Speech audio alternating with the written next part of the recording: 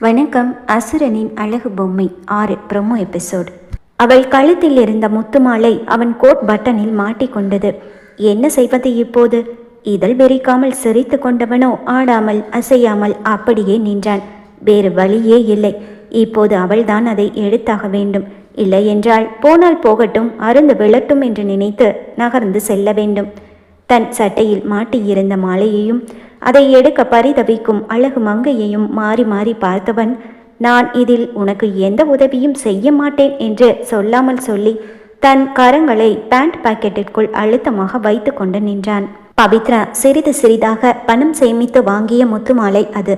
சிறு வயதிலிருந்தே ஆசைப்பட்டு காத்து கிடந்து வேலைக்கு சென்ற பிறகு தன் சுய சம்பாத்தியத்தில் வாங்கியது. அருந்து போனால் போகட்டும் என்று ஈஸியாக எப்படி விட்டுவிட முடியும்? ஏதாவது விசேஷம் என்றால் அவள் கழுத்தில் அணிந்து கொள்வதற்கு என்று இருப்பது இது ஒன்று மட்டும்தான். அவளுக்கு பிடித்ததும் கூட. அவன் அருகில் நகர்ந்து நின்றவள் அவன் மேலாடையில் இருந்த பொத்தானில் சுற்றி இருந்த மாலையை கலற்ற முனைய அவள் மூச்சு காற்று அவன் மூச்சு காற்றில் கலந்தது. மதுபானமே இல்லாத போதை உண்டாக ஒருவித பரவச மயக்கம் உண்டானது ஆடவனுக்கு. கண்களை மூடி நின்று அவள் சுவாசத்தை தன் உயிருக்குள் சுவீகரித்து கொண்டான். அவனின் இந்த ஏகாந்த நிலையை பார்க்க பார்க்க பவித்ராவிற்குத்தான் பற்றி கொண்டு வந்தது. அவள் கைகள் துரிதமாக செயல்பட்டு கொண்டிருக்க முத்துமாலை வேறு அவன் ஆடையோடு ஒட்டி கொண்டு வருவேனா என்று அவளை பாடைப்படுத்தியது. அகிலா, நான் கடைக்கு போயிட்டு வரேன் என்று சொல்லிவிட்டு தன் மனக்கலக்கத்தை மறைத்து கொண்டு அங்கிருந்து ஓடிவிட்டாள் பவித்ரா. கையை மார்புக்கு குறுக்கே கட்டி போகும் அவளையே இமைக்காது பார்த்து நின்றான் ஹர்ஷா.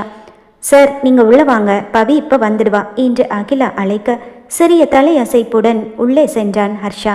அவனுக்கு சேரை எடுத்து போட்டு உட்கார சொன்னாள் அகிலா. எப்போதும் ஏசியிலேயே இருப்பவனுக்கு வியர்க்க ஆரம்பிக்க மின் விசிறியை போட்டுவிட்டாள் அகிலா. சார், ஒரு நிமிஷம் வந்துடுறேன் என்று சொல்லிவிட்டு உள்ளே சென்றவள் விஷயத்தை கமலாவிடம் சொல்லி அழைத்து வந்தாள்.